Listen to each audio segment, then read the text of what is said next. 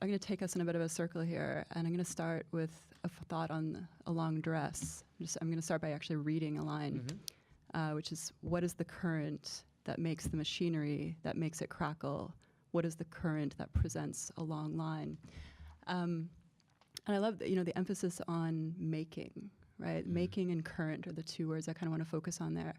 When we talk about making, we have to talk about labor, which brings us to what Emily was saying about labor.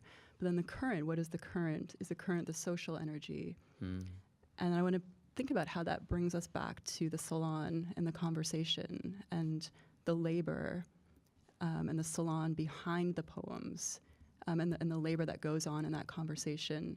And also not just the conversing, but the listening. And so I think Stein invites us to go back to other modes, the creative critical conversation, and ask, what is the labor of listening? How do we talk about the labor of listening? How do we talk about the conversation as a critical mode and the labor that goes on? And we find women. I think we find women. We find other marginalized voices in those conversations. The baronesses, and I think shifting focus.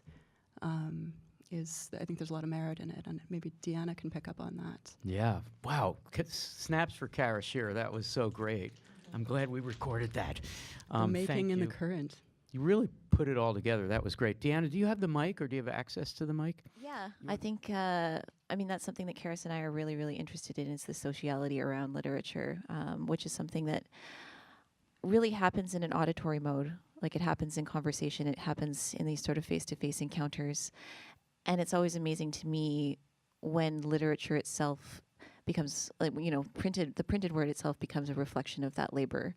Because I think that's not always the case. In a lot of cases, there's a sort of feeling that one has to hide the labor behind the production of literature. But it's nice when it's sort of visible and can be worked through in the poems themselves, and then also in considering the history around the poems as well. And I just want to, as a last word, say what an absolute pleasure it was to listen to that Stein recording. And it's really nice to be reminded of, why we do this, and that there's just so much pleasure to be derived in listening and being an auditor to these things.